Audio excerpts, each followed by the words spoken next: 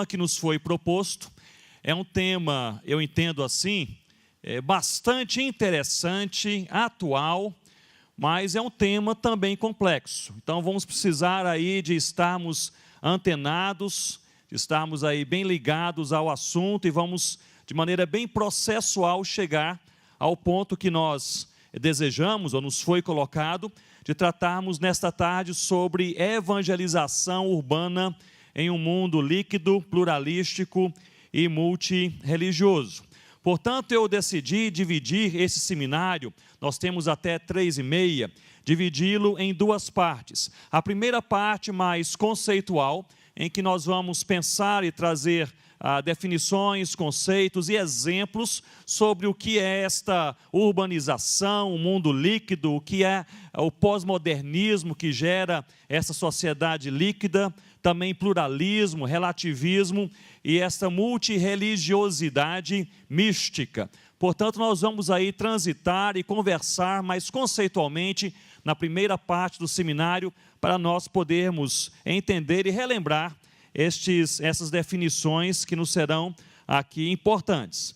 E na segunda parte do nosso seminário, nós iremos, portanto, fazer uso da palavra de Deus e trazer da palavra de Deus não apenas um desafio, mas uma orientação para a evangelização, para sermos sal da terra e luz do mundo nesta sociedade pós-moderna, plural, mística, essa sociedade em muitos segmentos, até mesmo pós-cristã, como falarei em um certo momento. E não pense que pós-cristianismo é algo que ocorre apenas na Europa, mas nós já temos nichos considerados até antropologicamente pós-cristãos, especialmente nas grandes universidades das cidades brasileiras. Então nós temos realidades diversas e nós vamos então pensar sobre elas. Com a minha esposa Rossana, nós moramos durante quase 9 anos em um país na África chamado Gana.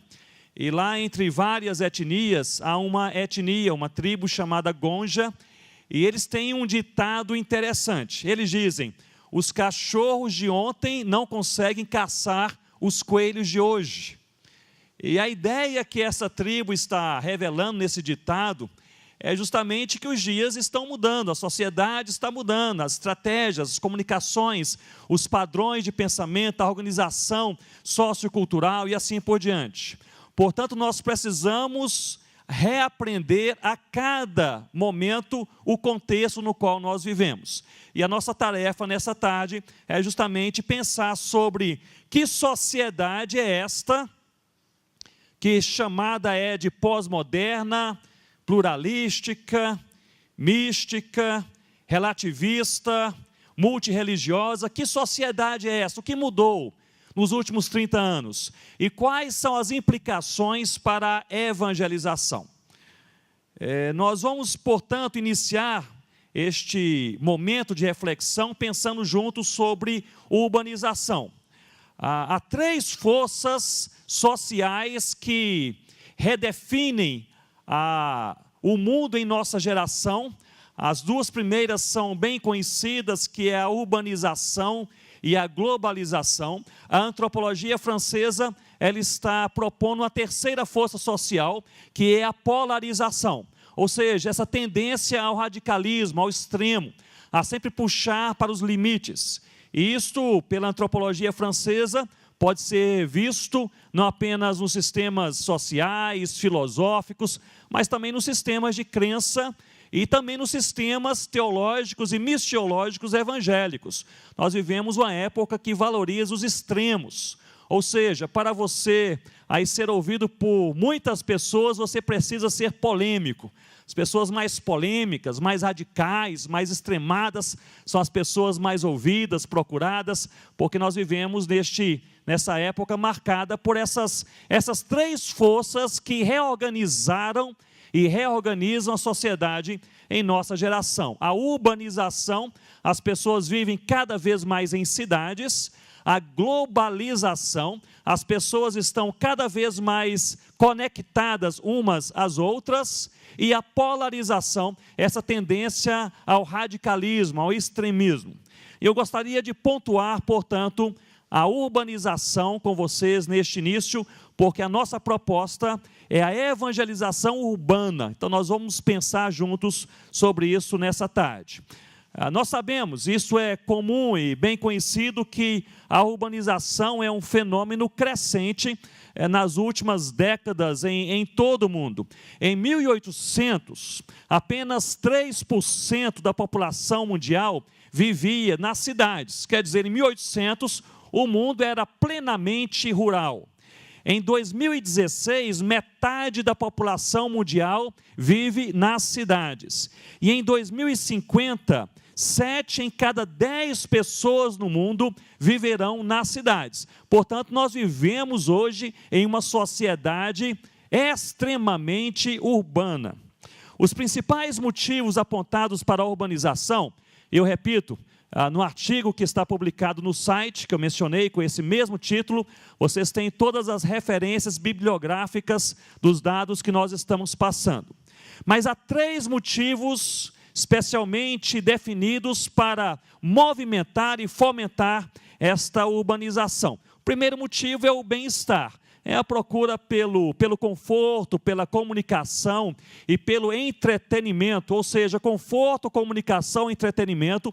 Claro, você pode ter tudo isso em um contexto rural, mas você terá em maior abundância, em maior diversidade e mais, digamos, na sua porta e na sua mão, nas cidades. O segundo motivo é o próprio desenvolvimento pessoal, que é a educação, a saúde, e nós ouvimos hoje pela manhã. O mundo é um mundo urbano porque as pessoas vão para as cidades à procura de que, gente? De trabalho, de emprego, essa ideia da carreira. Eu terei um trabalho melhor, ou terei uma carreira mais promissora se eu for para uma cidade. E o terceiro motivo apontado para essa rápida urbanização é a integração com a sociedade envolvente, ou seja, com as coisas que estão acontecendo no mundo, que tende a centralizar especialmente as inovações, tanto as inovações físicas, quanto também as inovações digitais. Portanto, especialmente a população jovem sai do contexto rural e vem para o contexto cidadino, o contexto urbano, à procura dessa integração com as inovações, com as novidades, com a coisa que está surgindo agora. Então, este é o caldeirão urbano no qual nós vivemos como uma sociedade nessa era chamada por alguns de pós-moderna. E não se enganem, mesmo as populações mais tradicionais e rurais, elas estão sendo urbanizadas, seja indo para as cidades ou ficando em suas regiões rurais, ou até mesmo em aldeamentos, mas com forte influência urbana. E este é um fenômeno das 2 últimas décadas. Quem não vem para a cidade chega até eles. Isso tem acontecido. Nós vemos isso, José Carlos da Além está aqui conosco, especialista no trabalho indígena. Nós vemos isso entre os indígenas, não é verdade? Eu tive ali um congresso do CONPLEI, que é o Conselho Nacional de Pastores e Líderes Evangélicos Indígenas. Creio que 2 anos atrás era o CONPLEI Jovem. E nós tínhamos ali talvez, não sei, 600 ou 800 jovens indígenas. E quando a banda estava liderando o louvor, eu notei os indígenas vindo de muitas aldeias, eles ali com seus celulares, tirando foto. E quando eu fui falar, por curiosidade, eu perguntei, quantos aqui tem um celular assim, desse tipo smartphone, que você pode se comunicar, rede social? Mais da metade levantou a mão, na verdade levantaram os celulares, né? Estavam ali. Portanto, a urbanização, ela tem esse poder de atração. A Rossana e eu, nós fomos missionários entre os Concombas em Gana, naquela época, numa aldeia chamada Coni, bastante remota. Para chegarmos ali da cidade, eram dias e dias de carro, passando pelo país vizinho, que é o Togo, deixando um carro numa certa região, seguindo a pé. Depois, aí compramos uma motocicleta por trilhas e trilhas, dormindo em aldeias, até chegar naquela remota, distante, isolada aldeia chamada Coni. E ali moramos 9 anos, nosso contato com o mundo exterior era um rádio ali, que nós tínhamos acesso a outros missionários para situações emergenciais.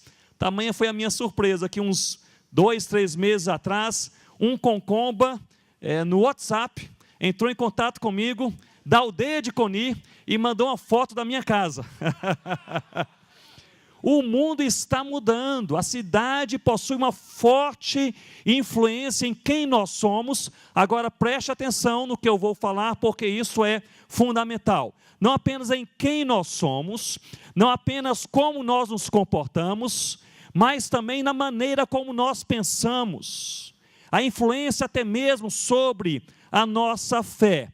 Portanto, a urbanização é um processo que tem influenciado o mundo a buscar valores mais ou menos padronizados, com acesso a inovações físicas e digitais, para o bem-estar, não da sociedade, mas do indivíduo.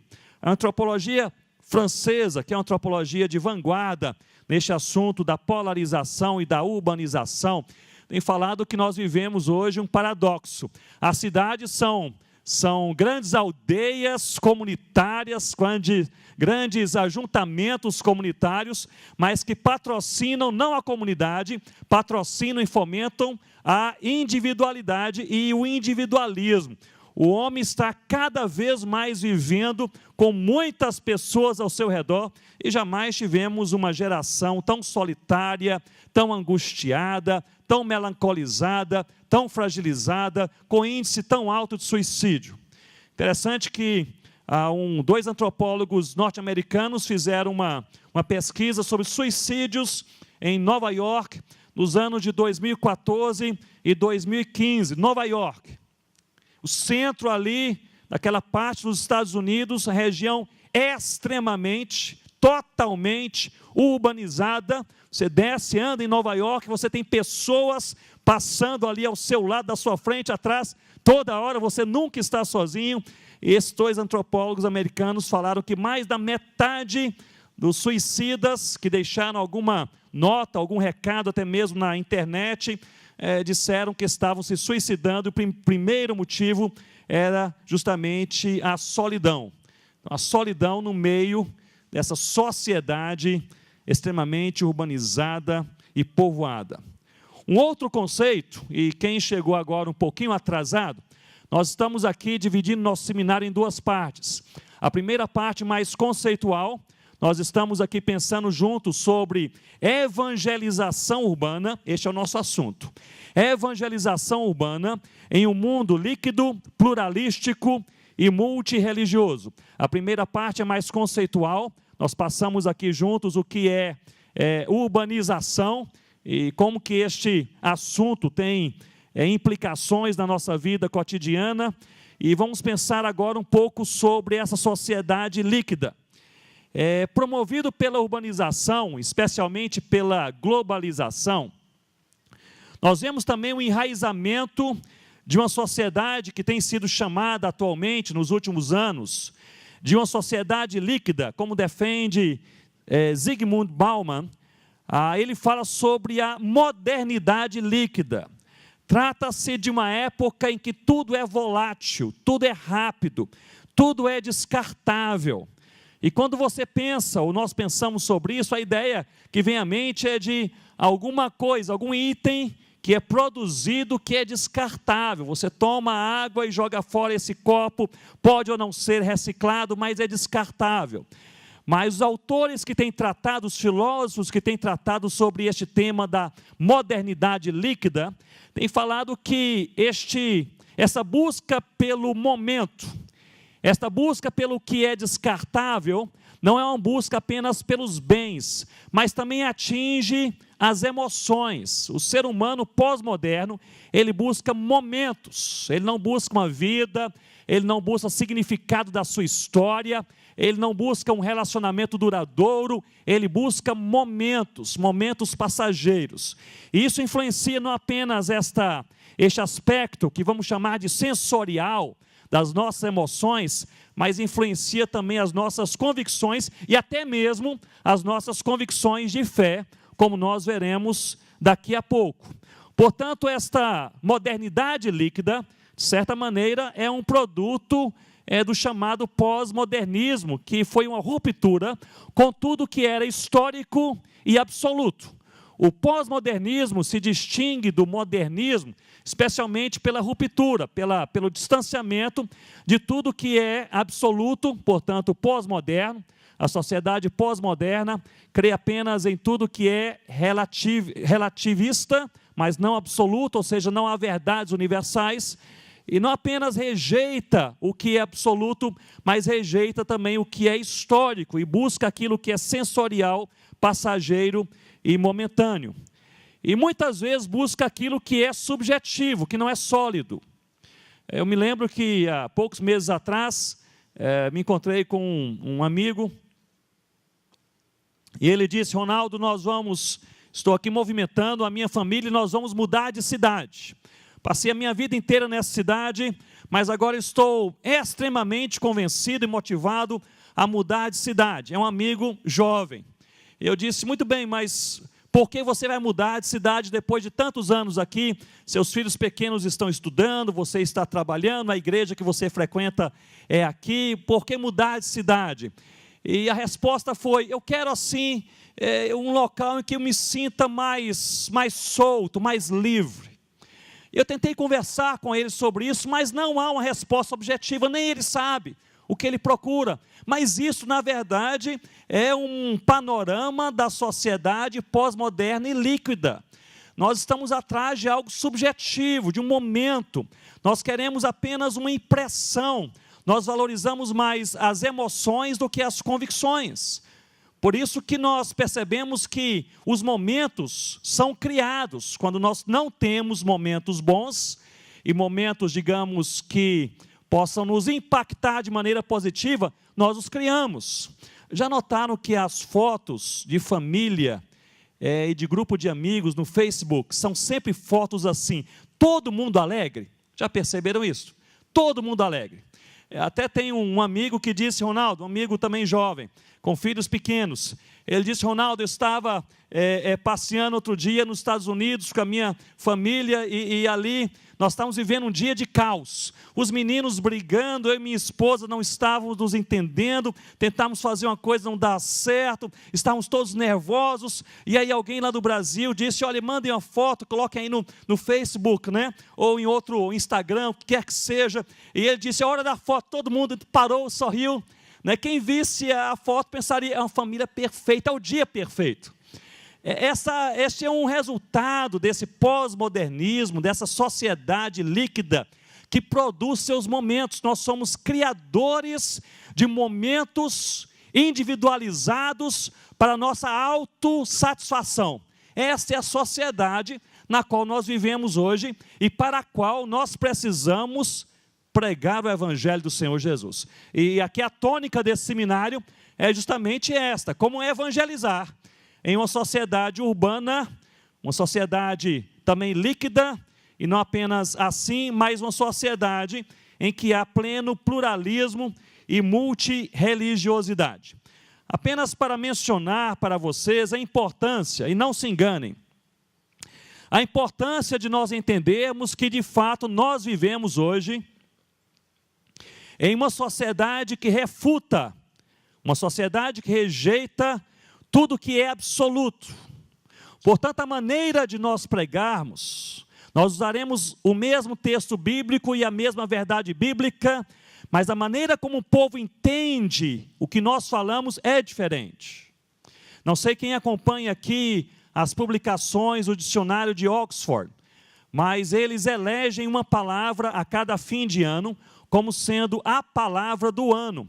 E no ano de 2016, no final do ano, eles elegeram a palavra pós-verdade. Pós-verdade foi a palavra eleita pelos linguistas, filósofos, antropólogos daquele comitê, entendendo que pós-verdade é a palavra que define a sociedade mundial no ano de 2016, no ano passado. E veio com a nota de rodapé, que diz mais ou menos assim: porque não há mais verdade, apenas opiniões. E esta é justamente a sociedade na qual nós precisamos e somos chamados por Cristo a ser sal da terra e luz do mundo. É uma sociedade diferente, gente, diferente. Pregar em um contexto rural, plenamente rural no Brasil, é bem diferente de pregar em uma grande cidade no contexto universitário. O pressuposto de fé, o pressuposto de revelação, o pressuposto de Deus, o pressuposto de igreja, tudo mudou. Nós vivemos hoje uma sociedade que caminha para uma ruptura total com tudo que é absoluto, e não há nada mais absoluto em todo o universo do que o próprio Deus. Essa sociedade também é uma sociedade pluralista e multirreligiosa. Nós estamos então passando aqui os nossos conceitos, então vocês estão aí acompanhando e vamos construindo um embasamento para chegarmos no ponto central, que é como evangelizar neste mundo relativista, pluralista, pós-moderno, líquido e multirreligioso. O pluralismo junta-se ao pós-modernismo ao negar os dogmas, as verdades universais, absolutas, agregando os conceitos filosóficos de tolerância e os conceitos antropológicos de diversidade. Então, é assim que nós temos e entendemos o pluralismo hoje. Portanto, toda verdade é verdade, desde que seja a sua verdade. Não é preciso mais buscar uma verdade universal, absoluta. Aliás, é até politicamente incorreto falar em qualquer verdade absoluta em nossa geração. Lesslie Newbigin, e apenas para fazer uma citação, a pessoa que tem um doutorado nesta área, é o maior conhecedor da missiologia de Lesslie Newbigin no mundo hoje, é o Michael Gorin, que nós ouvimos nesta manhã. Então, Lesslie Newbigin é este grande missiólogo, que curiosamente é pouco conhecido ainda no Brasil, mas na década de 50 ele esclarece que o pensamento plural, esse pluralismo em que tudo é aceito, o pensamento plural resulta especialmente de um movimento socio-religioso, e é curioso, dos séculos 18 e 19, porque nos séculos 18 e 19 passaram a ser aceitas duas diferentes maneiras complementares, e não paralelas, mas complementares, fundidas, uma à outra, de se entender o universo, a partir da Bíblia e a partir da natureza. E justamente com este fomento intelectual, acadêmico e até teológico, passou-se a ser construído este movimento filosófico que é chamado hoje de pluralismo. Ou seja, você não precisa ter uma resposta verdadeira para cada pergunta, você precisa ter uma resposta. E você pode ter muitas respostas, que elas são diferentes umas das outras, para a mesma pergunta. E isso é saudável. É chamado hoje de tolerância social, tolerância intelectual, de diversidade e assim por diante. Notem que eu não estou aqui fazendo uma explanação mais antropológica desses assuntos, mas esses assuntos, esses conceitos resultam de um novo pensar humano, em que a ruptura com o que é absoluto criou um fundamento para agora a aceitação e até mesmo a escolha de crenças, convicções, comportamentos, relacionamentos de toda sorte que não podem ser julgados porque não há nenhum ponto de avaliação e julgamento, não há nada concreto absoluto, não existe crivo, não existe filtro. Nós vamos caminhar um pouco mais, eu quero desenvolver um pouco mais esse assunto antes de irmos para o conceito e a prática da evangelização. Nega-se, portanto, a autoridade revelacional também da Bíblia. Junto a isso, a Bíblia passa a ser um livro como qualquer livro. Tudo pode ser aceito como verdade, desde que seja verdade para uma pessoa. A multirreligiosidade é um fruto, um produto do pós-modernismo.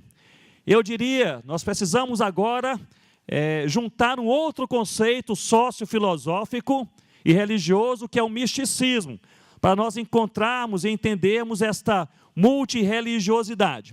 Deixe-me falar um pouco, portanto, sobre o misticismo. O misticismo é basicamente a crença em algo do além, em algo invisível, em algo que não pode ser medido pela própria compreensão, pela própria razão humana. Vem do grego mystikos, que se referia ao estudioso do mundo do além, não o mundo da missão além, mas o mundo do além, e aquele mundo que é invisível, que é transcendente. E o misticismo, ele é conhecido como uma crença exploratória, no contexto do pós-modernismo pluralista. Ele se propõe, e aqui está o ponto do misticismo, se propõe a redefinir a verdade espiritual.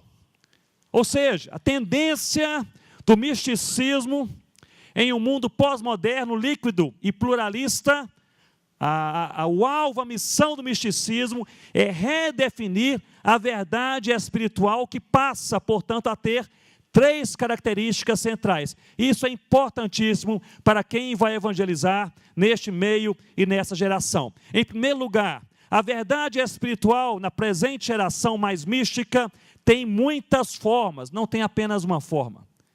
A verdade pode ser encontrada nessa concepção mística, pluralista, em qualquer igreja, em qualquer fé, em qualquer pregação, em qualquer texto sagrado de revelação. Portanto, tem muitas formas.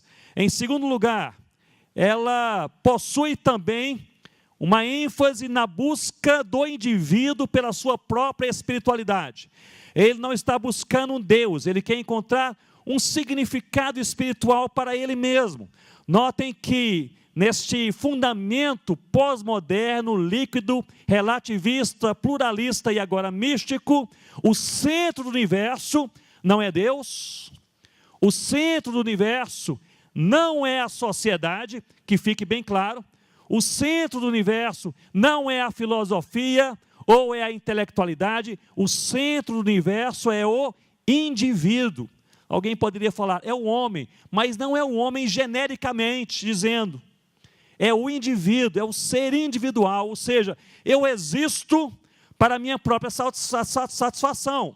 Eu existo, eu busco a espiritualidade para que eu me sinta espiritualmente bem.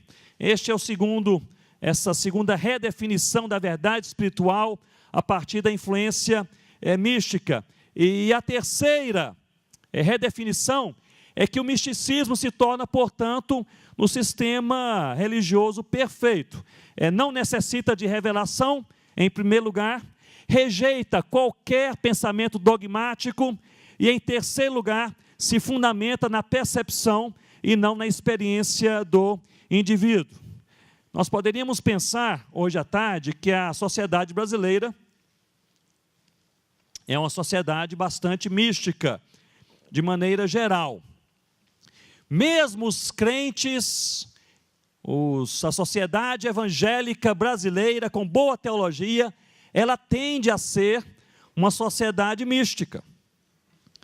Mesmo aqueles que sabem que a cor da sua roupa não irão definir o seu destino, o que define o seu destino é o Deus soberano e não a cor da roupa que eles vestem, muitos ainda, não raramente, fazem questão de passar na virada do ano com roupas apenas na cor branca, não é assim?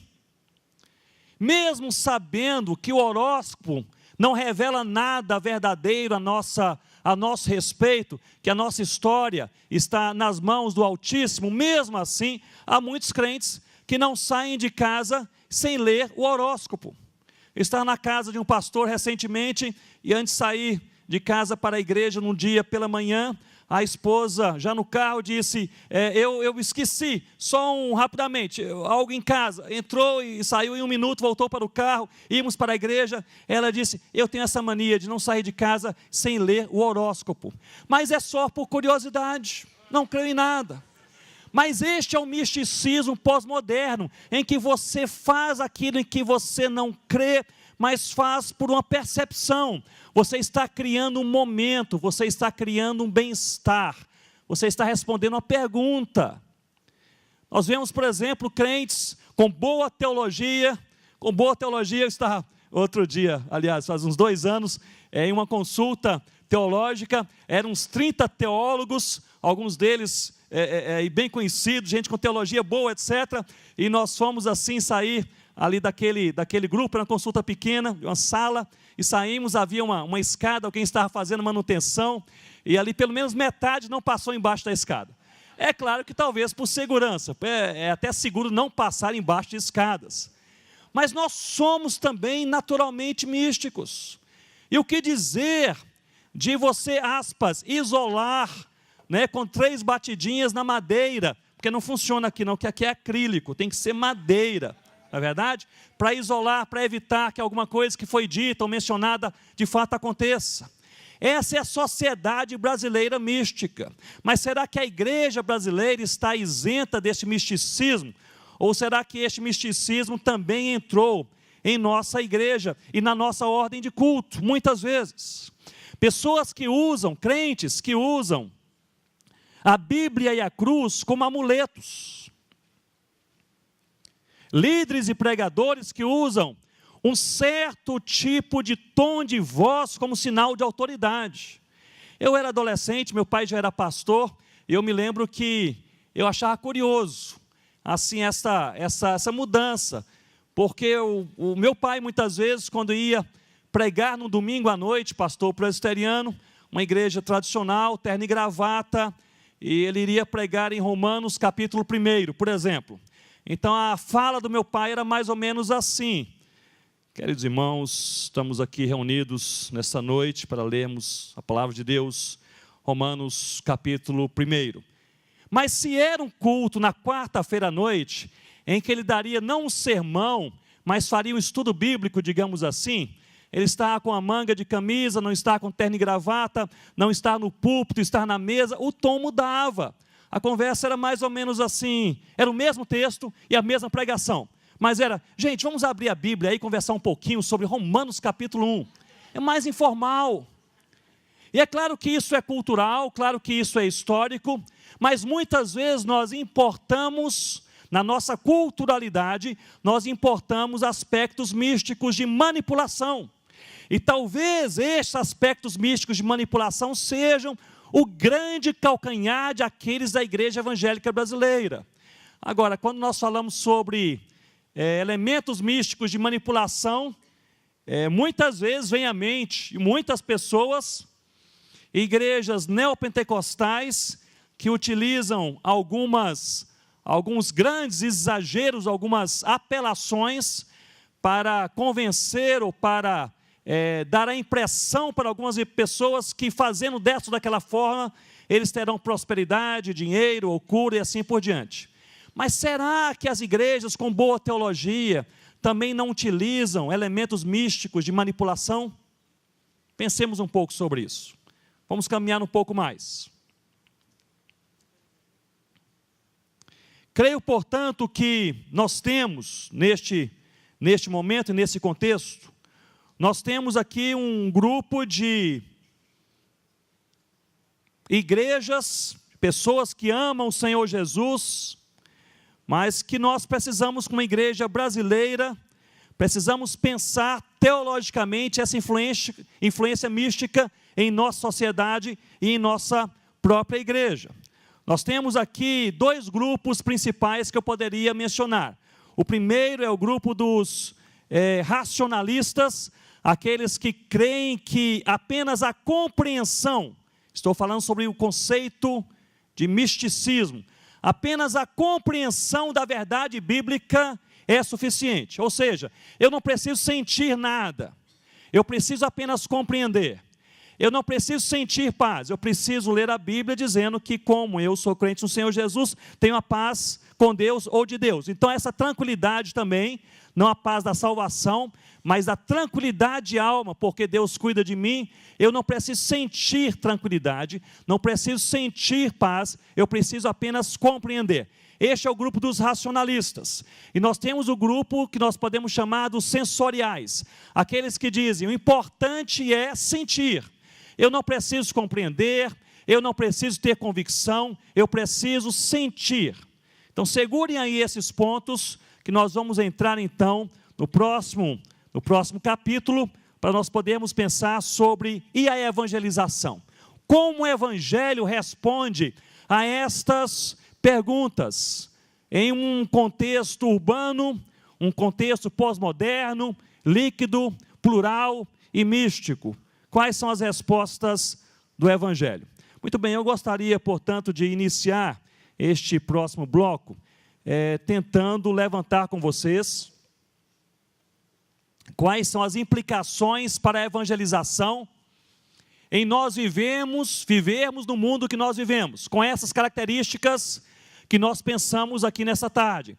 Quais são as implicações? Eu gostaria de destacar 3. Então, se você quiser aí destacar ou anotar, talvez este ponto fosse realmente importante. A primeira implicação quanto à evangelização em uma sociedade com essa característica que nós estamos aqui detalhando, a primeira implicação é a visão que a sociedade passou a ter da Bíblia.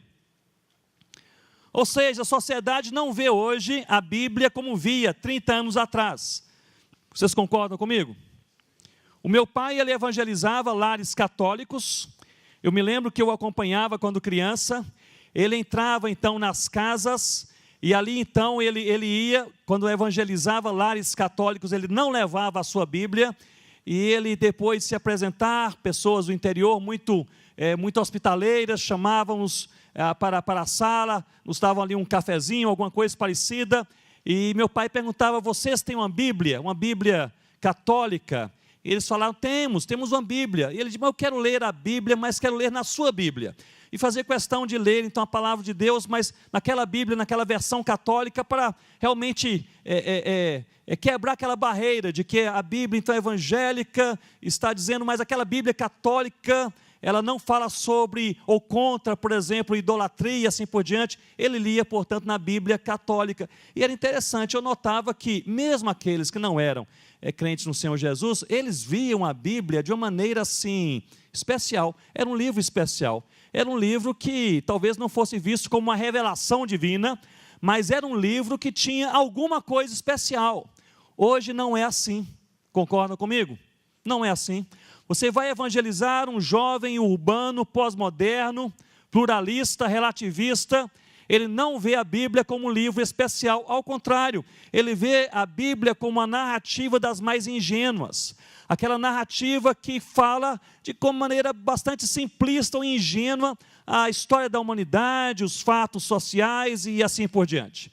Não vê a Bíblia como revelação, e talvez seja ou esteja aí um ponto importantíssimo para nós podermos entender que a evangelização nesta presente sociedade e geração, a evangelização precisa ser um pouco diferente. Eu creio que quando nós evangelizamos uma sociedade que já vê que a Bíblia, ela é um livro especial, talvez até mesmo visto como revelação de Deus, nós podemos evangelizar a sociedade, até 30 anos atrás, por meio de narrativas bíblicas. Mas quando nós evangelizamos uma sociedade que não crê que a revelação de Deus, que a Bíblia é a revelação de Deus, nós precisamos evangelizar a partir da apologética bíblica. E a narrativa bíblica é diferente da apologética bíblica. A narrativa bíblica é você contar o que conta a Bíblia, é você narrar a história. E assim nós lemos, sim, disse Deus em Gênesis capítulo 1. Assim o mundo foi criado. Você está narrando, portanto, a história, e a narrativa já é suficiente. Porque se pressupõe que a Bíblia é a Bíblia.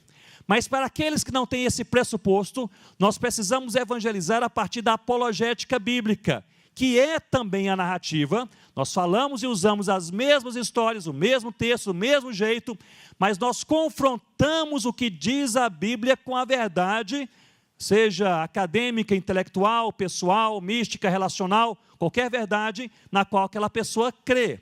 Portanto, não apenas contamos a história da criação, mas nós confrontamos, por exemplo, o evolucionismo, no qual aquela pessoa crê, com o criacionismo bíblico. Isto é apologética bíblica. Eu creio que nós não estamos fazendo bem esta parte no meio universitário brasileiro.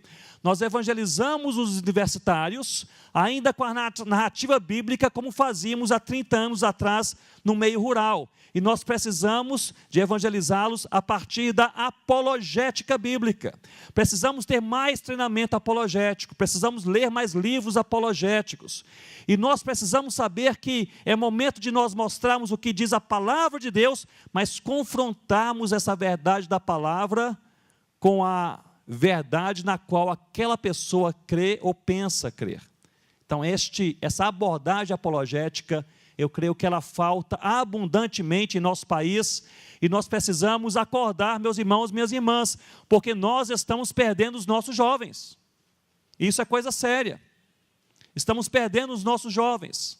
Augusto Nicodemos, ele cita uma pesquisa realizada na América do Norte, em que um pouco mais de 50% dos jovens cristãos evangélicos que entraram nas universidades saíram, um pouco mais de 50%, ou revelam que perderam durante aquele tempo a sua fé, ou saíram desigrejados, não querem mais saber de uma igreja local. Um pouco mais de 50% dos jovens cristãos evangélicos universitários na América do Norte. No Brasil, até onde eu sei, nós não temos uma estatística, uma pesquisa a respeito. Mas a minha impressão é que não é uma situação tão diferente da situação dos nossos vizinhos norte-americanos. Nós estamos perdendo os nossos jovens. Nós precisamos conversar com os jovens sobre as perguntas que eles têm, porque a Bíblia, ela é a resposta de Deus para qualquer pergunta realizada pelo homem. Mas muitas vezes nós estamos respondendo a perguntas que não são feitas. Estive em Manaus em um encontro de jovens e no final da palestra eu fiz essa pergunta: quantos aqui são membros de igrejas em que nos últimos 6 meses o pastor não pregou sobre temas que são os temas mais conflitantes dos seus corações? Mais da metade levantou a mão, dizendo: na minha igreja, nos últimos 6 meses, eu não ouvi um sermão, uma exposição bíblica sobre os problemas mais reais do meu coração. Depois da palestra, sentei-me com um grupinho menor daqueles jovens que levantaram então as suas mãos, e eu disse: qual é um dos temas assim mais gritantes, conflitantes para vocês, sobre o qual seus pastores não têm pregado? E vários deles falaram a uma só voz: sexo antes do casamento. E levantaram essa pergunta: será que sexo antes do casamento é algo que a Bíblia realmente condena? Ou isso é uma tradição cristã das pessoas mais velhas? Nós estamos muitas vezes negligenciando as perguntas mais profundas. E nós precisamos explicar. E ali nós abrimos rapidamente a Bíblia, mostrando para eles que não apenas o sexo antes do casamento é de fato condenado pela palavra de Deus, mas também o namoro impuro, a sensualidade e assim por diante. E eles com olhos arregalados. Me lembro que quando o Rossano e eu chegamos em Gana, na África, nós pedimos a missão um tempo, fomos enviados ali pela APMT, que era na época a Junta de Missões Estrangeiras da Igreja Presbiteriana do Brasil, e pela UEC, a missão UEC no Brasil, que é a missão Amém. E ali chegando, nós pedimos uns 2 meses de chegada, porque nós recebemos esse conselho no Brasil e queríamos realmente usá-lo. Nós queríamos conversar com missionários estrangeiros e pastores africanos sobre erros missionários, que nós não queríamos cometer os mesmos erros dos missionários que por lá passaram. Nós queríamos cometer novos erros, mas não os mesmos erros. E ali então nós começamos a conversar com os missionários, coisa preciosa, anotamos, etc. E eu fui conversar com um pastor africano, um dos mais idosos, um dos mais experientes. Eu falei: qual é o erro principal que você crê que missionários estrangeiros cometem aqui neste país? E ele disse: Ronaldo, missionários estrangeiros, eles respondem biblicamente muito bem, profundamente, teologicamente muito bem, a perguntas que nós nunca fazemos. Esse é o erro.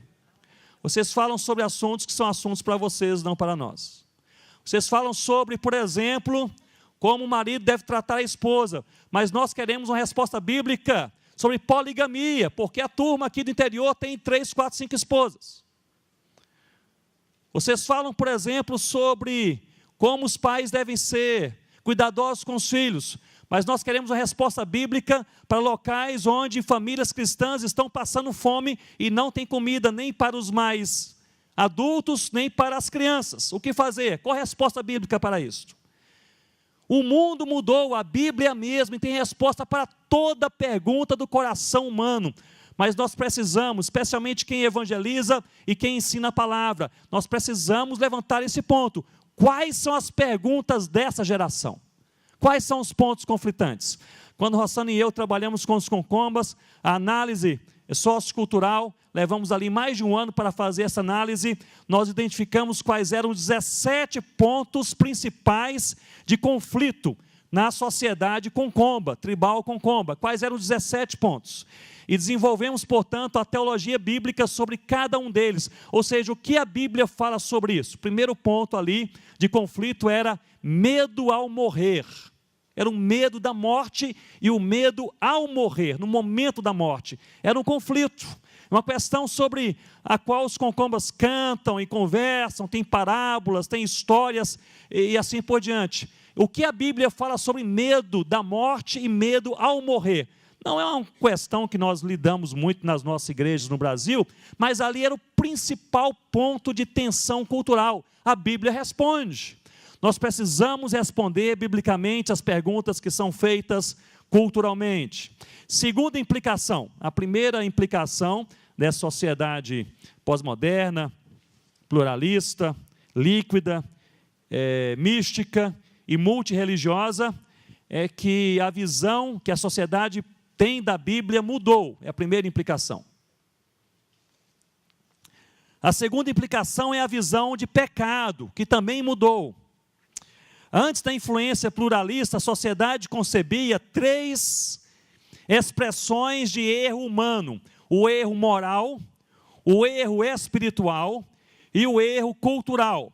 Mas com a influência pluralista pós-moderna, a sociedade atual, ela aceita apenas o erro moral, ou seja, assassinar é errado.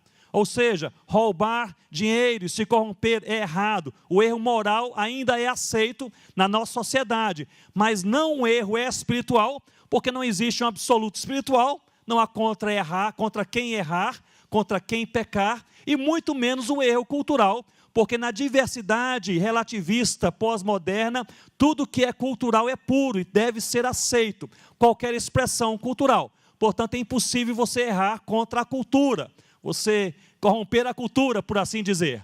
Portanto, nós vemos aí uma mudança de pensamento, meus irmãos, que é fundamental.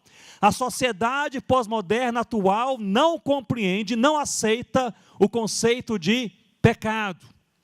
Isso é fundamental. Porque como pregar o evangelho do Senhor Jesus, que é a salvação, pelo amor de Deus, em seu poder e manifestação, no derramar do sangue do Cordeiro, há 2000 anos atrás, para a salvação de todo aquele que crê. Mas vem a pergunta: salvar de quê? Se eu não creio em pecado, não há perdição. Se eu não creio em pecado, não há trevas. Se eu não creio em pecado, não há condenação. Se eu não creio em pecado, salvar de quê e salvar para quê? E nós muitas vezes estamos pregando as boas novas de salvação, sem pregarmos primeiramente a perdição. E talvez seja aí um dos grandes problemas da evangelização na sociedade pós-moderna.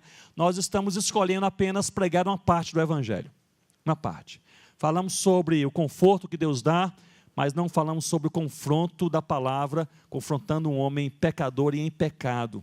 Nós falamos sobre a salvação que Deus promove, mas não falamos sobre salvar de quê? É porque você está em trevas, está debaixo do juízo de Deus. O conceito é esse esquecimento do conceito de pecado tem sido, portanto, talvez uma das mais graves realidades pós-modernas que tem colocado a evangelização da igreja de hoje em xeque. Nós estamos falando sobre coisas que não se entendem. Estamos falando sobre salvação para quem não entende que está perdido. Estamos falando sobre santidade para quem não aceita que há pecado.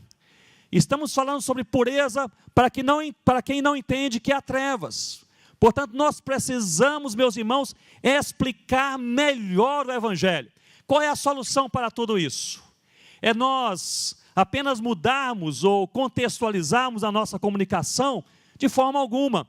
É nós resgatarmos, como aconteceu na reforma do século XVI, nós resgatarmos a plenitude da comunicação do Evangelho. É nós pregarmos todo o Evangelho.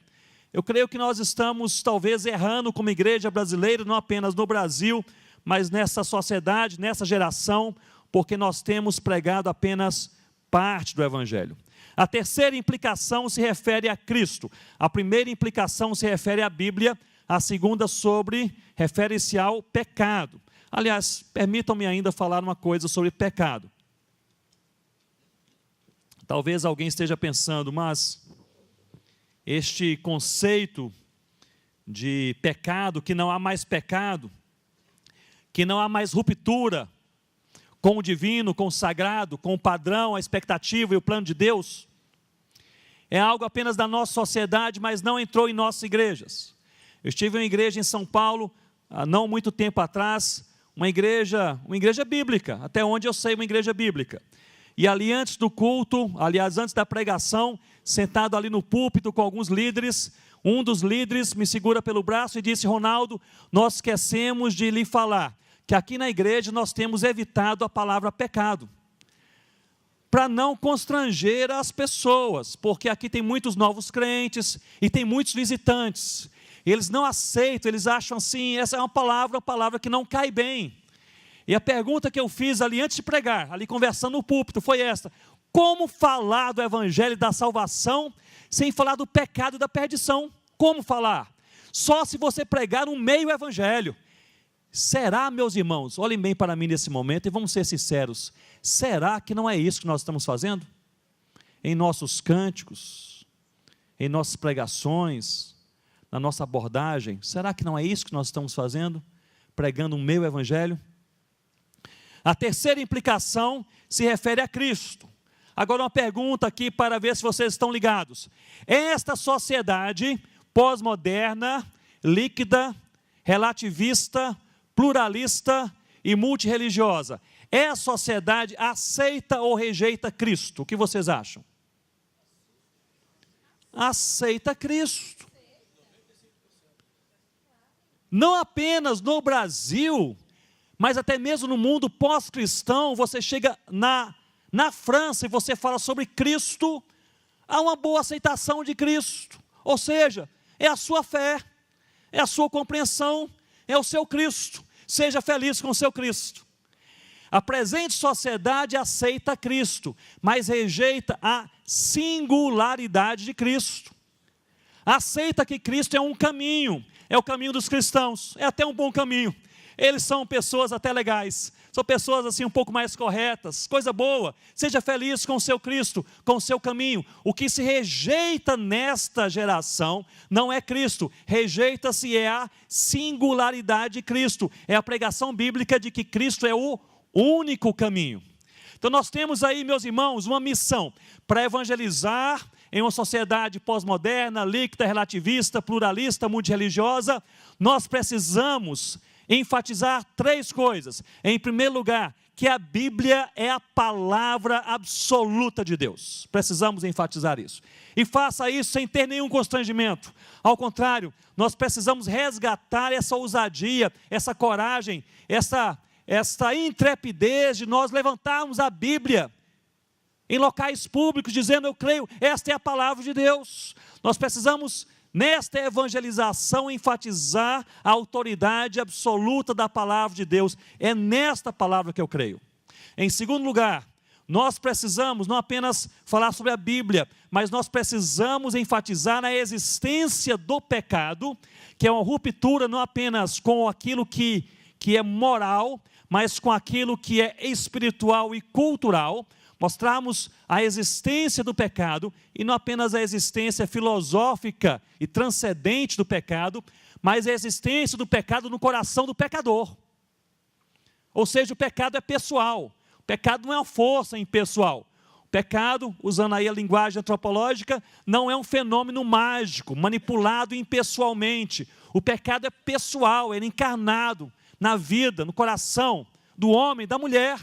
E a solução para o pecado é Deus. Portanto, apenas entendendo que o pecado é pecado, o homem ou a mulher entenderá que precisa de redenção.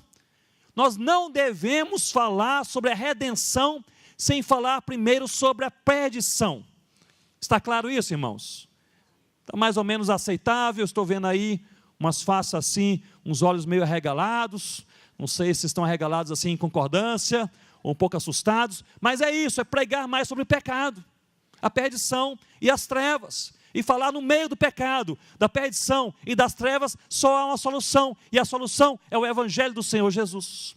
E aí falamos sobre esse terceiro aspecto, que não é pregarmos Jesus. Pregar Jesus, meus irmãos, o islâmico prega. Quem já leu o Alcorão fala sobre Jesus. O espírita prega abundantemente sobre Jesus. Muitas nações pregam, o secularista prega sobre Jesus. Estava em um treinamento para trabalho com imigrantes na Europa, uns 2 anos atrás, dando um treinamento sobre plantio de igrejas, e um missionário alemão, ele estava dizendo aqui, quando eu falo sobre Jesus, mesmo para aqueles que não creem em Jesus, eles respondem, continue, fale um pouco mais. A gente se sente tão bem quando ouve sobre Jesus. Mas nós precisamos pregar a singularidade de Cristo, ou seja, só existe um caminho, uma salvação e uma solução. Para o homem perdido nas trevas é Jesus, não há. Agora, irmãos, isso é pesado. Porque com que autoridade eu me aproximo de um budista dizendo, tudo que você crê é falso, só existe uma solução, que é outra, é Jesus. Com que autoridade? Com que autoridade eu vou dizer ao islâmico, a sua fé em Alá e em Maomé é falsa, a fé verdadeira é somente uma, é a fé em Deus por meio do Senhor Jesus. Com que autoridade eu vou me aproximar de um cético, de um ateu, dizendo, olha, a sua ausência de fé te levará ao inferno, porque só existe um caminho, e não é a sua razão nem intelectualidade, o caminho é Jesus. Com que autoridade? E aí nós precisamos de um fundamento bíblico teológico. Não é com a autoridade do pastor, do missionário, muito menos da igreja. É na autoridade daquele que falou em Mateus capítulo 28, que ele tem toda a autoridade no céu e na terra. E é na autoridade de Jesus, do próprio Jesus, que ele envia a sua igreja para falar dele a todas as nações. Portanto, nós podemos e devemos falar o que nós falamos na autoridade do Senhor Jesus. Na autoridade de Cristo, podemos e devemos fazer isto. Portanto, essas são as 3 implicações iniciais para esse tipo de evangelização.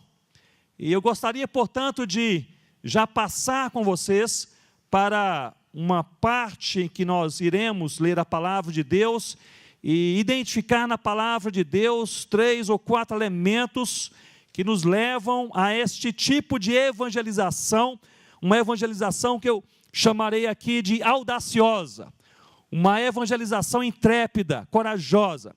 Abra sua Bíblia comigo em 2 Timóteo capítulo 4. Nós falamos ontem à noite, com base em 2 Timóteo, capítulo 3. É John Stott quem nos diz que, nessa segunda carta de Paulo a Timóteo, cada capítulo corresponde a uma exortação. No capítulo 1, guarda o Evangelho. Capítulo 2, sofre pelo Evangelho. Capítulo 3, permanece no Evangelho. E capítulo 4, pregue o Evangelho. Nós iremos ler o capítulo 4 a partir do versículo 1.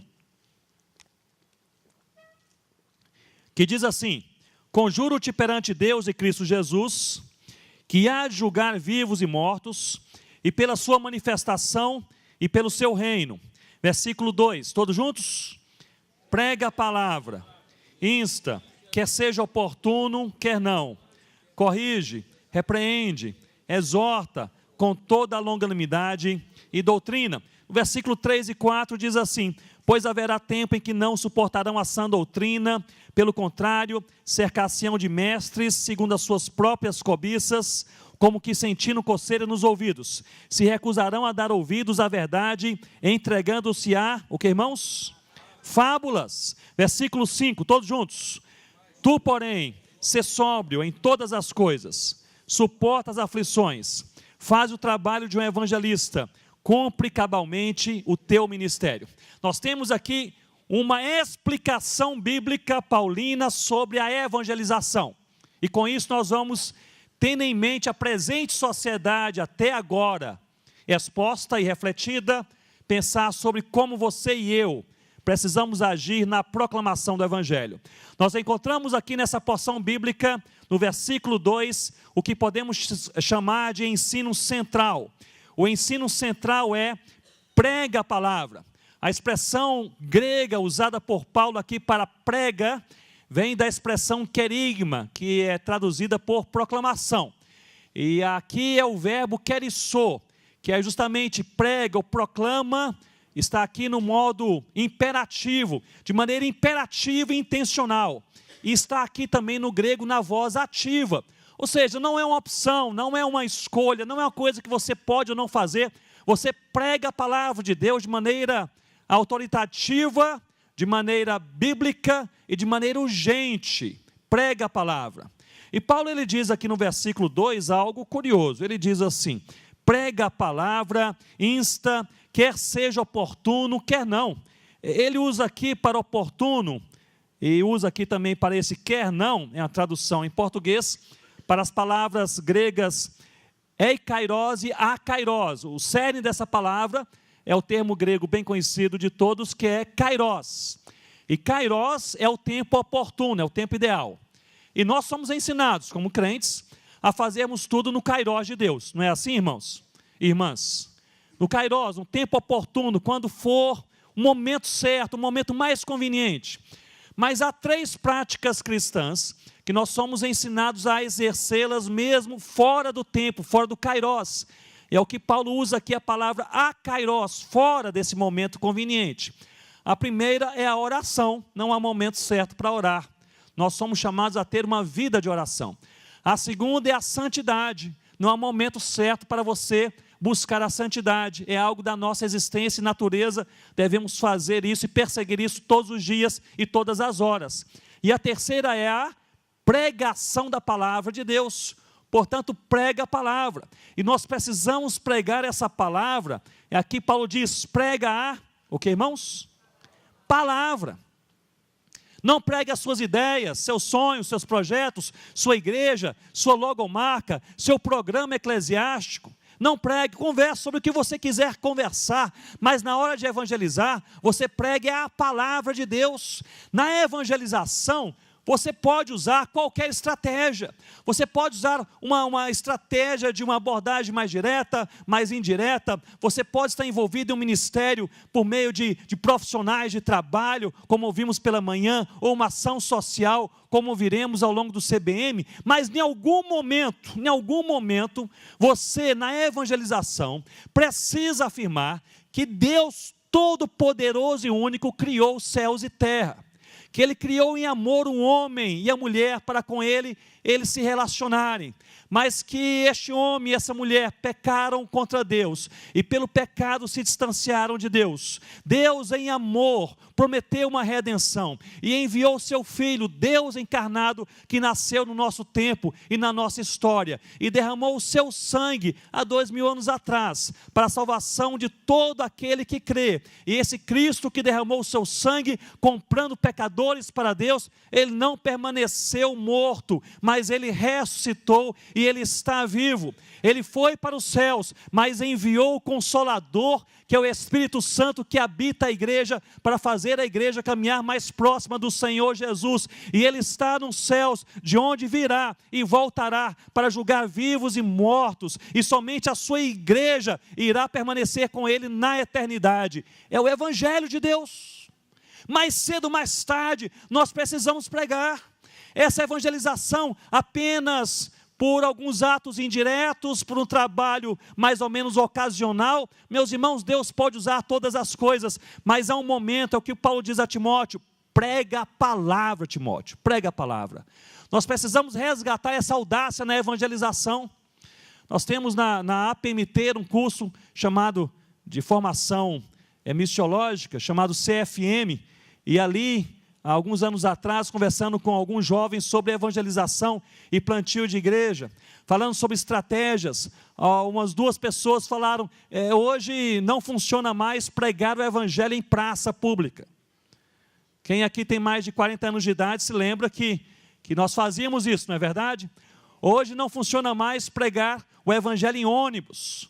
Hoje não funciona mais distribuir folhetos. Hoje não funciona mais pregar o evangelho de casa em casa, porque na praça e no ônibus ninguém ouve folheto, ninguém lê, e na casa das pessoas ninguém entra. E a pergunta que eu fiz foi essa: será que é assim? Será que a oportunidade mudou? Ou será que nós perdemos a audácia, perdemos a coragem? Lá em Manaus, no porto de Manaus, há um irmão ali, quando eu ia no porto para levar algumas coisas para os missionários, ali na sexta-feira, o irmão estava ali, sol a pino, de Manaus, em cima de um caixote, com um violão, cantando e pregando a palavra de Deus, e um monte de gente ao redor, ouvindo a palavra de Deus. Não preciso nem falar que esse irmão era da Assembleia de Deus. Mas nós precisamos resgatar a audácia. O povo não ouve mais o evangelho no ônibus, sabe por quê, irmãos? Porque ninguém mais prega o evangelho no ônibus. O povo não ouve mais o evangelho, só um minutinho, de casa em casa, porque não se bate mais de porta em porta. Mesmo em São Paulo, 2 ou 3 dos estudantes desse curso, eles falaram: Ronaldo, nós testamos em nosso bairro, em São Paulo, várias pessoas abriram as portas de suas casas em São Paulo, permitiram a nossa entrada, para nós podermos orar com elas. Meus irmãos, nós temos perdido a nossa audácia. Muitas vezes nós falamos: a sociedade mudou, mudamos nós. A sociedade está rejeitando mais os cristãos, nós que perdemos a intrepidez. O apóstolo Paulo diz a Timóteo: você prega a palavra, insta, quer seja oportuno, quer não. Agora olhem bem para mim, nesse ponto que eu gostaria de destacar, porque isso fala muito ao meu coração, talvez fale ao seu. Quando Paulo diz para você pregar, o Timóteo pregar o evangelho no akairos, quando for inconveniente, a impressão que nos dá é quando for inconveniente para os outros, não é isso? Mas parece-me que não é isso que o texto diz. Paulo está ensinando a Timóteo, então parece-me que a ideia aqui é quando for inconveniente para o pregador, o mensageiro, quem proclama a palavra de Deus. Ou seja, você tem vontade, pregue a palavra. Não tem vontade, pregue a palavra. Você tem alegria e satisfação, pregue a palavra. Não tem alegria nem satisfação, pregue em obediência ao Senhor Jesus, pregue a palavra. Se o ensino central prega a palavra está no versículo 2, o ensino fundamental está no versículo 1, que Paulo diz assim: conjuro-te perante Deus e Cristo Jesus, ou seja, prega a palavra, este é o ensino central. Mas no versículo 1 nós encontramos o ensino fundamental, a motivação, a razão pela qual nós pregamos a palavra, é Deus e Cristo Jesus. Prega a palavra por causa de Cristo. E o apóstolo Paulo aqui ele está dizendo a Timóteo, em outras palavras: Timóteo, faça a coisa certa com a motivação certa. Pregue a palavra, não pregue a palavra para aparecer, não pregue a palavra para a sua igreja crescer, não pregue a palavra para ser o melhor, não pregue a palavra para se destacar, pregue a palavra por causa de Cristo. E meus irmãos, minhas irmãs, eu acho que está aí talvez o nosso grande desafio. Eu creio que um dos grandes desafios da igreja brasileira não é fazer a coisa certa. O grande desafio é fazer a coisa certa com a motivação certa. Aí está de fato o nosso grande desafio, pregar a palavra por causa de Cristo, do Senhor Jesus. Portanto, meus irmãos, é injustificável que haja ainda mais de 4.000 povos sem a palavra de Deus, mais de 1.800 línguas sem a Bíblia em seus idiomas, mais de 100 etnias brasileiras, indígenas, sem a presença de um missionário. O irmão me perguntou hoje pela manhã: mas Ronaldo, não pode, a igreja brasileira é enorme, por que vocês não coordenam aí na MTB? Cada igreja se organiza para enviar aí 10, 15 missionários para cada etnia. Eu disse: meu irmão, não há missionários. Nós temos lá na equipe com a qual nós trabalhamos no Amazonas, um rio com cerca de umas 8 ou talvez 10 grandes aldeias indígenas, que há 5, 6 anos atrás pediram missionários, e nós falamos: nós vamos enviar, vamos orar a Deus para que apareçam missionários. Há uns 2 anos atrás, os indígenas nos procuraram e falaram: vocês são mentirosos. Estamos esperando há quanto tempo? E vocês dizendo que vão enviar missionários, ninguém chegou, vocês são mentirosos. É injustificável com a igreja brasileira crescendo tanto, que haja ainda 10 mil comunidades ribeirinhas, 2 mil comunidades quilombolas, 6 mil assentamentos sertanejos, sem a presença de uma igreja evangélica, 700 mil ciganos não evangelizados, imigrantes entre nós sem ouvir a palavra de Deus, gente que nós não podemos alcançar no país deles, porque é fechado para a evangelização. Eles estão entre nós, muitas vezes vivendo décadas sem ouvir a palavra de Deus perto de nós. Nós temos em certos estados brasileiros, menos de 1% dos surdos, menos de 1% se declara crente no Senhor Jesus. É injustificável. Mas Paulo, nos versículos 3 e 4, ele traz um ensino que podemos chamar de complementar. Ensino central, versículo 2, prega a palavra. Ensino fundamental, versículo 1, prega a palavra por causa de Cristo. Versículos 3 e 4, um ensino complementar, prega a palavra também por causa dos homens. E Paulo diz que os homens, eles rejeitarão a verdade de Deus. Agora, gostaria de destacar esse assunto. Estes 2 versículos são fundamentais para a evangelização. Porque Paulo explica aqui que os homens rejeitarão a verdade de Deus, mas não por causa da sua intelectualidade, da sua racionalidade, nem da sua ideologia. Rejeitarão a verdade de Deus por causa do seu pecado. Portanto, não adianta apenas tentar convencer intelectualmente, a questão é espiritual. Tem que falar contra o pecado mesmo, e falar do Evangelho. Por isso que o Evangelho precisa ser o ponto central da evangelização. E o Evangelho, segundo Paulo, escrevendo aos Romanos, o Evangelho é o próprio Senhor Jesus, em 2 dimensões: quem Jesus é e o que Ele fez por nós. Este é o Evangelho. Portanto, crer no Evangelho é crer em Jesus. Viver o Evangelho é viver Jesus. Pregar o Evangelho é pregar Jesus. E negar o Evangelho é negar Jesus. Jesus é o Evangelho. Não sei se vocês vão concordar comigo, mas eu creio que o Evangelho não é de direita nem de esquerda. O Evangelho é de Cristo. O Evangelho não é nem petista nem PMDBista, não é democrata nem republicano. O Evangelho é do Senhor Jesus. O Evangelho não veio apenas melhorar a sociedade, veio redimi-la. O Evangelho não veio trazer tranquilidade, o Evangelho veio trazer paz. O Evangelho não veio apenas fazer os casamentos mais felizes, mas veio redimir e transformar e purificar os casamentos. O Evangelho não veio tornar o homem glorioso, mas veio para que o homem redimido possa dar glória a Deus. O Evangelho é Jesus. Nós precisamos, falei ontem e repito, nós precisamos, com a igreja evangélica brasileira, falar menos da igreja e mais Jesus.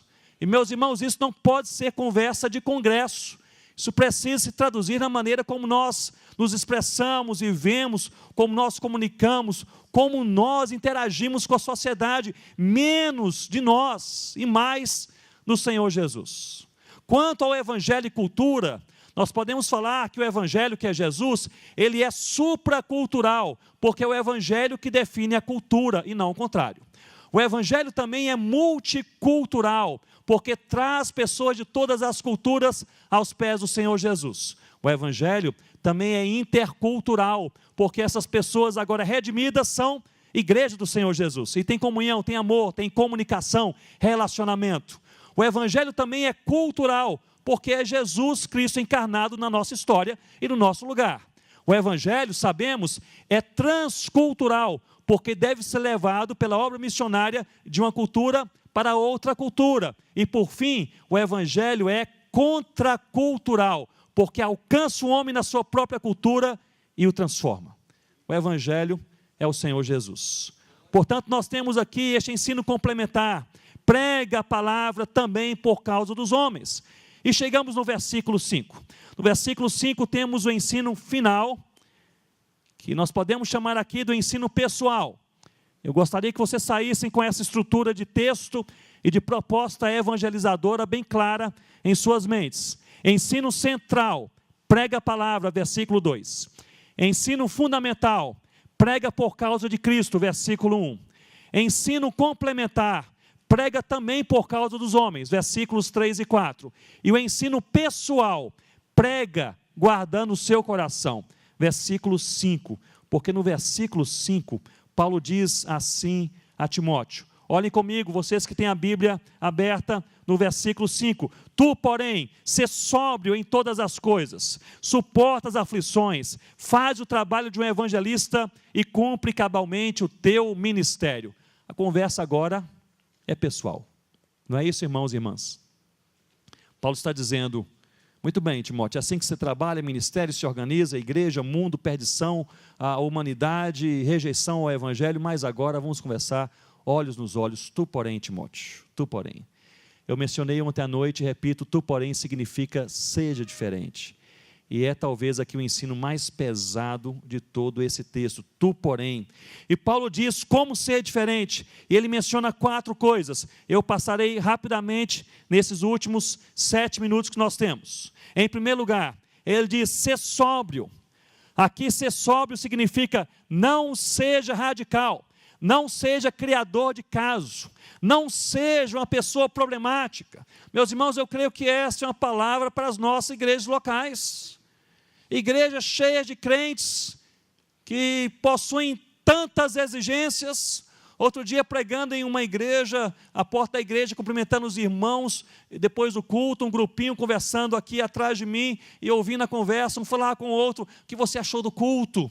E outro respondeu, eu achei que o pastor passou assim uns 14 minutos do horário ideal, precisamos conversar com o nosso pastor na segunda-feira pela manhã. E outro falou, eu achei assim, até anotei que o coral, ele desafinou um pouquinho no final da segunda estrofe, o regente do coral precisa ser alertado. Ou seja, parece que a igreja se tornou um clube para se satisfazer as exigências de pessoas mimadas. O que Paulo está dizendo a Timóteo, ao contrário de Timóteo, não seja criador de casos, não seja um policial que está vigiando o seu irmão a qualquer momento. Você, Timóteo, seja sóbrio, seja equilibrado, seja um crente facilitador, seja aquele que não é, como falamos lá em Minas Gerais, não é cri-cri. Não é aquele cara que é radical. Paulo diz a Timóteo, ser sóbrio, em segundo lugar, suporta as aflições, ou seja, não vai ser fácil, ser crente não é fácil, ser líder não é fácil, ser pastor não é fácil, mas Jesus não prometeu que seria fácil, prometeu que estaria conosco todos os dias, até a consumação do século. Em terceiro lugar, Timóteo, faz o trabalho de um evangelista, e aqui eu tenho uma interpretação própria. Normalmente se pensa que Paulo está ensinando a Timóteo a evangelizar, dizendo você deve evangelizar. Mas aqui a preposição grega é uma preposição bem objetiva. Faça um trabalho de um evangelista. Paulo tem um evangelista em mente. E eu creio que Paulo aqui, ele está pensando sobre funções ministeriais. Em Efésios 4:11 ele diz que o Senhor Jesus chama alguns para serem apóstolos, profetas, evangelistas, pastores e mestres. Paulo era apóstolo. Eu penso que Paulo entendia que Timóteo era evangelista. Portanto, Paulo estaria dizendo a Timóteo, faça o trabalho de um evangelista, ou seja, em outras palavras, Timóteo, faça o seu trabalho, não queira fazer o meu. Você foi chamado com seus dons, esteja satisfeito com seus dons. Deus te deu dons e oportunidades, não queira ser outra pessoa. Meu irmão, minha irmã, eu quero aplicar isso no meu e no seu coração. Não queiramos ser outras pessoas. Estejamos contentes com quem nós somos, com o que Deus nos dá. Aquele irmão faz uma oração como ninguém faz, louvado seja Deus pela vida daquele irmão.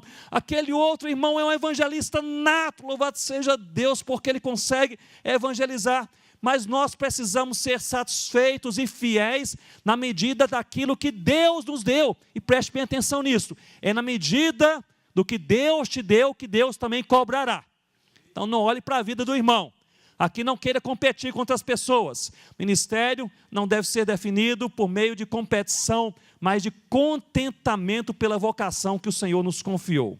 Em nome do Senhor Jesus. E por fim, o apóstolo Paulo diz, cumpre cabalmente o teu ministério. Ou seja, vá até o final, Timóteo. Você não pare ao longo do caminho. Vá até o final. Eu gostaria de concluir, trazendo à sua mente, para aqueles que já me ouviram alguma vez, talvez já tenham até mesmo ouvido o que eu falo a respeito de um homem de Deus chamado George Miller. Mas eu queria adicionar um item à sua biografia. É um homem de Deus que impressiona a minha vida. E George Miller, nós sabemos, foi usado por Deus na Inglaterra, no século XIX, no meio de um caos social, conhecido como pastor de igreja local, pastoreou a mesma igreja durante 40 anos. George Miller fundou orfanatos, mais de 10 mil órfãos passaram da infância até a juventude pelos seus orfanatos. George Miller, ele fundou 117 escolas, 120 mil crianças inglesas passaram pela escola ou pelas escolas de George Miller, e George Miller fez isso tudo sem pedir dinheiro a ninguém. E ele não era rico, mas ele fez um propósito no início do seu ministério: ele jamais faria pedido público de dinheiro. Não estou falando que falar publicamente ou não de dinheiro é pecado ou é certo, estou apenas mencionando que George Miller assim decidiu, fez um compromisso com Deus: não falarei publicamente sobre dinheiro. Deus enviava os recursos, coisas maravilhosas aconteceram ao longo da sua vida. Se você não leu, leia a biografia de George Miller. Mas eu gostaria de mencionar que George Miller, mais ao final da sua vida, ele chegou aos 70 anos de idade. Agora preste atenção, 70 anos de idade hoje, vocês estão começando a viver. Naquela época, século XIX, quase ninguém chegava aos 70 anos de idade. Era uma coisa rara chegar aos 60. Hoje os de 70 estão mais fortes do que nós, mas naquela época não era assim. E George Miller, quando chegou aos 70 anos de idade, ele disse: eu vivi bastante, eu quero me aposentar. Mas o homem era tão santo que até o plano de aposentadoria era um negócio diferente. Ele queria mudar para uma casinha no interior da Inglaterra e passar o resto da vida em oração. É um homem assim santo, né? De Deus. E aí foi visitado por um amigo no dia do seu aniversário. Ele disse: George Miller, orei por você, e veio assim um pensamento em minha mente sobre o seu próximo passo, momento da sua vida, e não sei se é de Deus. Se for de Deus, o Senhor vai confirmar; se não for, você esquece. E George Miller, empolgado, disse: como você pensou em mim nesse momento da minha vida? Eu no interior da Inglaterra, numa casinha tranquila, orando? Ele disse: não, eu imaginei você passando pelo mundo inteiro, viajando de navio, a cavalo, a pé, pregando o evangelho.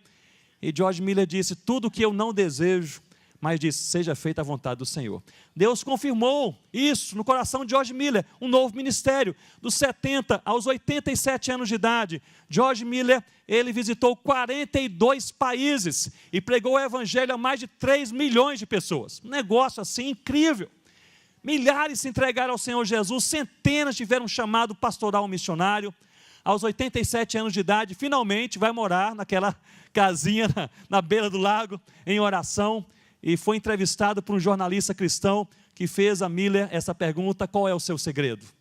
Você fundou tantos orfanatos, mais de 100 escolas, você que visitou mais de 40 países, pregou o evangelho a mais de 3 milhões de pessoas, qual é o seu segredo? Sem pensar, George Miller respondeu: o segredo de George Miller é que George Miller já morreu há muitos anos atrás. Já não sou eu quem vive, mas Cristo vive em mim. Nós precisamos evangelizar, mas para que isso aconteça, é necessário que o evangelho primeiro entre e transforme os nossos corações. Vamos orar? Vamos ficar de pé e vamos orar, encerrando esse momento. Senhor Deus, nós queremos orar não apenas pela igreja brasileira, pelo movimento missionário em nosso país, mas nós queremos orar pelos nossos corações. Ó Deus, perante essa sociedade pós-moderna, líquida, relativista, pluralista, multirreligiosa, ó Pai, muitas vezes nós confessamos, nós não sabemos o que fazer ou como fazer. Nos sentimos meio perdidos. Senhor Deus, nós queremos pedir ao Senhor a Tua ajuda em nome do Senhor Jesus. Ó Deus, em primeiro lugar, nós não queremos perder a nossa juventude. Ensina-nos, Senhor Deus, a falar com os nossos jovens, a palavra do Senhor, ó Pai, respondendo às perguntas que eles fazem. Ó Senhor Deus, dá-nos também ferramentas evangelizadoras, para que possamos, de maneira bíblica e apologética, evangelizar aqueles, Senhor Deus, que não têm o mesmo fundamento, muitas vezes social, filosófico, ó Pai, sociocultural, da nossa geração. Senhor Deus, nós queremos ser uma igreja viva para essa geração. Senhor Deus, que o Senhor possa nos ajudar a abrir a mente, a dispor a nossa vida, a falar e, Senhor Deus, a evangelizar a partir da palavra e dos relacionamentos pessoais. Ó Deus, nós queremos pedir, Senhor Deus, de maneira especial, queremos pedir pelos universitários aqui no Brasil e fora do Brasil, Senhor Deus, para este mundo também, especialmente o mundo mais pós-moderno. Ó Pai, nós queremos orar para que o Senhor possa levantar uma igreja que pregue a palavra, a palavra. Senhor Deus, nós queremos findar essa oração, pedindo em nome de Jesus, que o Senhor possa nos dar mais intrepidez, mais coragem, mais audácia na pregação da palavra. E Senhor Deus, se nós já tivemos e perdemos, que o Senhor mesmo possa resgatar em nossa vida em nome do Senhor Jesus. Que possamos, Senhor Deus, não nos intimidar, mas possamos voltar às praças, aos ônibus, às ruas, às matas, aos desertos, aos condomínios de luxo, Senhor Deus, para falar que existe só um caminho, o caminho se chama Jesus. É a nossa oração em nome do Senhor Jesus. Amém, ó Deus.